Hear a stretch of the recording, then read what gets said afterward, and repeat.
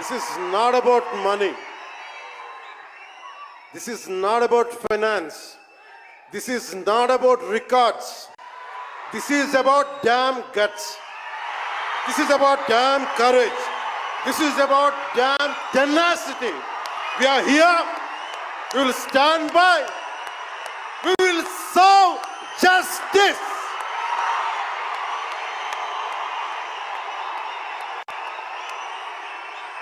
పవన్ కళ్యాణ్ ఎప్పుడు రికార్డుల కోసం ప్రయత్నం చేయాల. Reluctant actor. మా బ్రహ్మానందం గారు చెప్పినట్టుగా నేనేం కోరుకోలే. నేను ఒక యాక్టర్ అవ్వాలని కోరుకోలే. సగటు మనిషిగా బతుకుదామన్న ఒక్క ఆలోచన తప్ప నాలో ఏం లేదు. అలాంటిది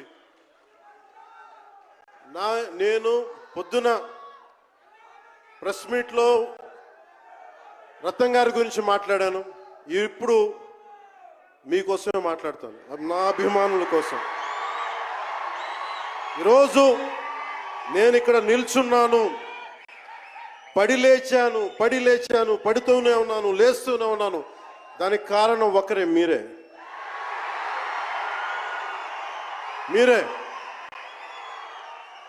పడిపోయినా, కింద పడ్డా, లేచినా, ఉన్నా, అన్నా నీ వెంట మేము ఉన్నామని.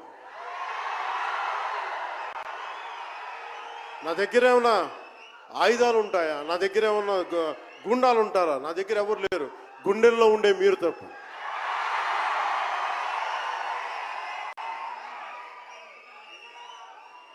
దాదాపు నేను 96లో నా మొదటి సినిమా అక్కడమ్మ ఇక్కడబ్బాయి.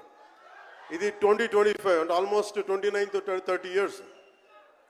అంటే దాదాపు 29-30 సంవత్సరాలు నేను చిత్ర పరిశ్రమకు వచ్చి. ఎలా ఉంది అంటే నాకే తెలియదు, అలా కాలం ఇట్లా అయిపోయింది. కానీ కొంత వయసు పెరిగిందేమో, కానీ గుండెల్లో చావు ఇంకా చావులకే బతికాం. ఇక్కడే సభలో సర్దార్ గబ్బర్ సింగ్ సినిమాకి